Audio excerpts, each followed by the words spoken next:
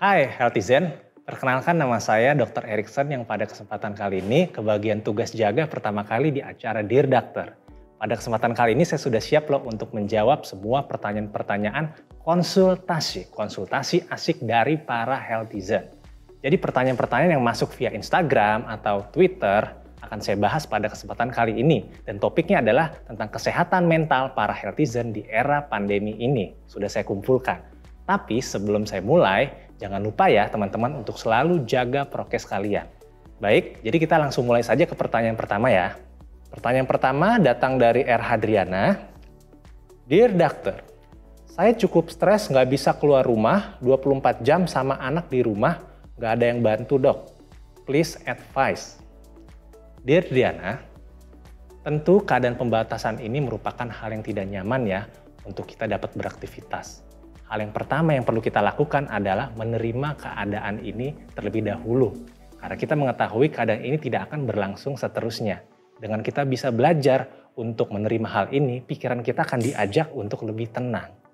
Lalu yang selanjutnya, kita jangan menyalahkan keadaan. Karena ini bukanlah waktu untuk kita saling menyalahkan. Kita perlu menginvestasikan energi kita untuk hal-hal yang positif, seperti juga bisa meningkatkan kapasitas diri kita. Lalu yang selanjutnya, lakukanlah hal-hal yang kita senangi. Saat pembatasan ini adalah saat yang tepat untuk melakukan kegiatan yang mungkin selama ini sebelum pandemi sulit kita lakukan. Seperti berkumpul bersama dengan keluarga kita. Dan ketika kita merasa khawatir atau cemas, kita bisa menenangkan diri kita, menarik nafas kita dalam-dalam. Kita bisa ulang beberapa kali sampai kita merasa lebih tenang dan fokus kepada kondisi hari ini. Lalu yang selanjutnya adalah coba untuk melakukan aktivitas rutin harian seperti biasa, namun lebih terstruktur dan rutin. Dan juga tetap bersosialisasi. Karena kondisi pembatasan sosial bukan berarti kita berhenti bersosialisasi. Oleh karena itu, tetaplah berhubungan dan berbagi cerita dengan orang-orang terdekat kita. Seperti keluarga melalui media komunikasi yang ada. Kita bisa menceritakan hal-hal permasalahan yang ada, hal-hal ketidaknyamanan kita, dan karena bantuan itu bisa datang bukan hanya dalam bentuk fisik saja, tapi juga support dalam bentuk semangat maupun hal-hal lainnya. Kira-kira bisa menjawab ya pertanyaan kita yang pertama. Lalu kita masuk ke dalam pertanyaan yang kedua yang datang dari Dea77. Dear Doctor, saya mulai burnout kerjaan karena WFA yang nggak ada limitnya. Gimana ya dok nyikapin ini? Dear Dea, burnout itu merupakan akumulasi dari stres yang ada di dalam diri kita, baik dalam pekerjaan maupun aktivitas lainnya di kehidupan kita sehari-hari. Dan dengan kondisi burnout ini sendiri, karena lingkungan atau suasana bekerja yang itu saja dalam rumah bisa menimbulkan kebosanan dan ujung-ujungnya tingkat stres itu meningkat. Karena tubuh itu dan kondisi otak tidak mampu mengatasi akumulasi yang terjadi berulang kali tersebut. Saya ingin memberikan beberapa tips ya pada kamu. Yang pertama adalah membuat jadwal secara teratur. Jadi kita bisa lakukan, kita buat jadwal kerja kita secara teratur 24 jam ya. Misalnya dari bangun pagi kita mau ngapain, makan kapan, bekerja kapan, sampai juga ke jadwal istirahat kita. Dengan kita membuat jadwal, kita bisa mengatur alarm itu sebenarnya, kapan kita berkegiatan, kapan kita beristirahat. Dan waktu tidur itu juga perlu waktu tidur yang berkualitas, waktu tidur yang cukup. Ya, minimum juga 8 jam sehari agar kita bisa pulih dan fit kembali. Lalu yang selanjutnya, lakukan juga aktivitas kesukaan kita yang bisa kita lakukan meskipun dari rumah. Karena work from home itu membuat kita tetap berada di rumah sepanjang hari, di sela-sela waktu istirahat kita itu kita bisa melakukan hal-hal yang kita senangi. Misalnya contohnya kita memasak nih, kalau misalnya perempuan-perempuan yang suka memasak, atau juga kita bisa sambil mendengarkan musik. Kalau saya sih suka tuh mendengarkan musik atau sambil nyanyi gitu kan untuk stress release supaya kita tidak merasakan kondisi yang itu saja di dalam rumah kita. Kita bisa nonton film, bercerita juga dengan orang-orang di rumah kita. Jangan lupa juga kita mengkonsumsi makanan sehat bergizi seimbang. Ya, seperti buah-buahan juga, sayuran-sayuran hijau, dan hindari juga makanan-makanan yang siap saji karena itu berbahaya bagi kesehatan tubuh kita. Jangan lupa juga untuk minum susu atau vitamin. Dan juga jangan lupa untuk berolahraga. Lalu bayangkan juga tempat-tempat yang bisa membuat kita lebih bahagia. Apa tempat-tempat yang bisa membuat teman-teman lebih santai atau lebih rileks? Kalau saya sih biasanya suka tempat pantai atau gunung-gunung gitu ya. Kalau teman-teman suka jalan-jalan ke tempat tersebut, teman-teman bisa bayangkan. Agar teman-teman merasa seolah-olah teman-teman ada di situ dan teman-teman merasa lebih happy dan bisa mengurangi gejala terkait dengan cemas. Tapi bila hal tersebut juga tidak cukup membantu teman-teman, teman-teman bisa datang ke dokter untuk konsultasi lebih lanjut ya. Baik, pertanyaan selanjutnya datang dari Saha. Dear Doctor, saya sudah 5 bulan negatif nih. Tapi kok masih ada gejala COVID ya dok? Ini bikin saya cemas. Boleh dikasih tips dong dok? Dear Saha, sebagian besar penderita COVID-19 akan sembuh total dalam beberapa minggu setelah pertama kali merasakan gejala. Kendati demikian, ada juga memang para penyintas COVID-19 ini yang masih mengalami gejala selama berminggu-minggu hingga berbulan-bulan setelah ia dinyatakan sembuh dari COVID. Gejalanya bisa seperti kelelahan, sesak napas, sakit kepala, atau juga kehilangan indera penciuman atau nama lainnya anosmia, juga sulit konsentrasi ataupun sulit tidur. Nah, dengan kita mengetahui bahwa gejala-gejala tersebut menurut penelitian masih bisa terjadi pada orang yang sudah negatif COVID, hal tersebut diharapkan bisa menurunkan kecemasan karena sudah mengetahui data-data dan juga fakta yang terjadi. Namun, bila kamu masih merasakan ada gejala tersebut tetap ada, kamu bisa konsultasi juga kembali ke dokter untuk memastikan kondisi tubuh kamu ini apakah memang terkait dari gejala sisa COVID atau memang ada hal-hal lainnya yang perlu penanganan lebih lanjut. Selain itu juga kamu perlu tetap mengkonsumsi makanan bergizi seimbang, melakukan latihan pernapasan, rutin berolahraga juga secara bertahap ya, jangan lupakan juga protokol kesehatan. Semoga menjawab ya pertanyaannya. Pertanyaan yang selanjutnya datang dari Wismu. Dear Doctor, berita simpang siur bikin saya takut dan jadinya nggak mau lihat berita. Itu nggak apa-apa kan dok? Wah, ini juga pertanyaan yang penting ya teman-teman. Dear Bismo, penting sekali memang untuk setiap dari kita menilai setiap informasi yang diterima karena tidak semua informasi itu valid atau bisa dipertanggungjawabkan kebenarannya. Hal yang perlu kita ketahui adalah terkait dengan dari mana sumber-sumber berita yang dapat kita percayai. Sumber berita yang bisa kita percayai adalah salah satunya dari portal berita, dari Kementerian Kesehatan, dari kementerian-kementerian yang ada di bawah pemerintah, dari WHO, dari CDC, untuk update terbaru terkait informasi pandemi COVID-19. Jadi kita harus bisa menyaring terlebih dahulu nih setiap berita, jangan kita terima mentah-mentah. Tapi jangan sampai juga membuat kita tidak mau melihat berita sama sekali karena kita akan ketinggalan informasi yang penting dan bermanfaat untuk diketahui. Tidak ada salahnya untuk kita berhenti dulu nih sejenak. Jangan kita lihat terus-terusan berita-berita yang ada ya.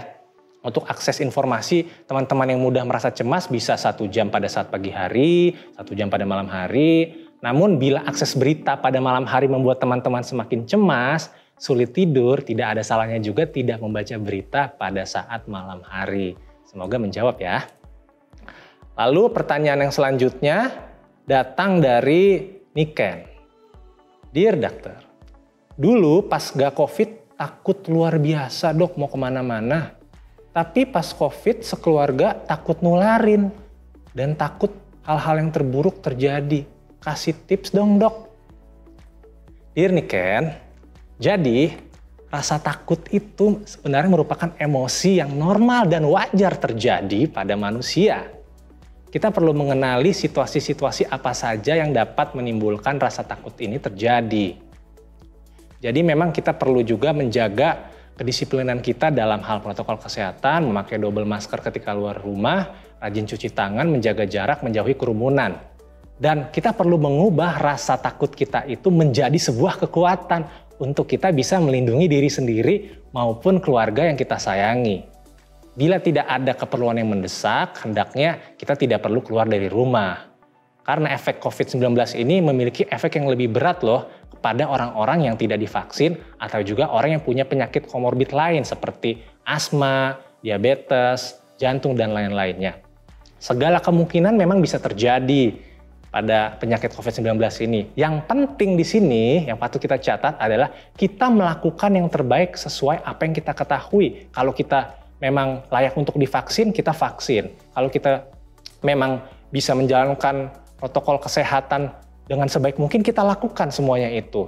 Ya, jangan lupa ya. Semoga menjawab pertanyaannya. Lalu pertanyaan yang selanjutnya adalah datang dari Alit. Dear Doctor, tetangga saya positif tapi masih membiarkan anaknya main keluar. Gimana ya dok cara ngasih tahu info atau edukasinya? Dear Alit, hal yang penting untuk dilakukan adalah meningkatkan pemahaman tetangganya. Jadi kita harus lihat dulu seberapa paham sebenarnya tetangga kamu itu dalam merespon situasi pandemi COVID ini. Memang tingkat pemahaman setiap orang itu berbeda-beda ya, dari tingkat pendidikannya, latar belakang budaya, atau juga hal-hal lainnya. Kita perlu mengetahui juga siapa saja orang-orang yang mungkin bisa mengedukasi mereka dengan baik. Seperti tetangga-tetangga yang sudah lebih dahulu kenal dengan dirinya, orang-orang yang bisa membuat dirinya lebih nyaman. Kalau kita yang tidak dekat kan mungkin saja informasi yang disampaikan pun bisa ditolak dengan mentah-mentah ya. Lalu kita juga perlu memberitahukan informasi edukasi dengan bahasa yang sesederhana mungkin agar bisa lebih mudah dipahami. Pastinya juga dengan nada, gestur yang bisa membuat nyaman. Dengan membatasi akses seseorang keluar dari rumah yang sedang isolasi mandiri akan membantu mencegah penularan. Jadi begitu ya informasi yang bisa disampaikan ke tetangganya. Dan selanjutnya ini pertanyaan yang terakhir datang dari Suruya. Dear Doctor, saya dan istri hampir 1 tahun WFH. Hanya kita berdua selama 24 jam sehari dan juga dalam aktivitas kita, saya hanya beserta dengan istri saya. Gimana dok caranya kontrol anger management? Wah, ini sebenarnya penjelasannya panjang ya, tapi saya berusaha untuk bisa menjelaskannya lebih ringkas ya, agar kita bisa lebih memahami. Dear Suruya, perasaan kesal dan marah merupakan sebuah hal yang wajar terjadi pada manusia. Terlebih kita kan sudah 1 tahun menjalani WFH ya. Saya juga kadang-kadang merasa kesel juga, marah, pengen keluar rumah, pengen bisa kumpul-kumpul. Dan kita perlu menyadari hal ini. Anger management itu bisa menjadi salah satu tata laksana yang baik. Supaya kita dapat menghadapi situasi ini dengan produktif dan juga memakai cara-cara yang baik untuk diri sendiri dan untuk orang lain. Jadi anger management ini bukan berarti kita menahan perasaan marah loh, tapi taruhlah perasaan marah itu sesuai dengan porsinya dan juga dilakukan dengan cara yang baik. Beberapa tips yang ingin saya sampaikan, kita harus mengidentifikasi situasi yang cenderung membuat kita itu marah. Lalu kita juga perlu mengenali situasi apa saja yang membuat kita tidak dapat berpikir dengan logis. Ya, tenangkan diri kita ketika kita mulai merasa kesal. Ya, ambil waktu sejenak. Oh, saya mau marah kepada istri saya mau marah kepada orang-orang di sekitar saya. Ambil waktu sejenak untuk mendiamkan diri kita. Ekspresikan perasaan kita itu dan kebutuhan emosional dengan cara kita menyampaikan, oh saya sedang marah. Jangan kita pendam perasaan marah kita. Semakin kita pendam, justru itu hanya akan menjadi bom waktu yang akan meledak sewaktu-waktu. Dan juga kita perlu meningkatkan keterampilan kita untuk fokus pada pemecahan masalah. Kalau kita marah karena istri atau suami kita nada suaranya sering lebih tinggi dari kita, seringkali tidak mendengarkan apa yang kita sampaikan, kita fokus kepada pemecahan masalah. Kita cari solusi-solusinya, alih-alih menggunakan energi kita untuk merasakan atau melakukan tindakan-tindakan kemarahan yang berpotensi merugikan orang lain.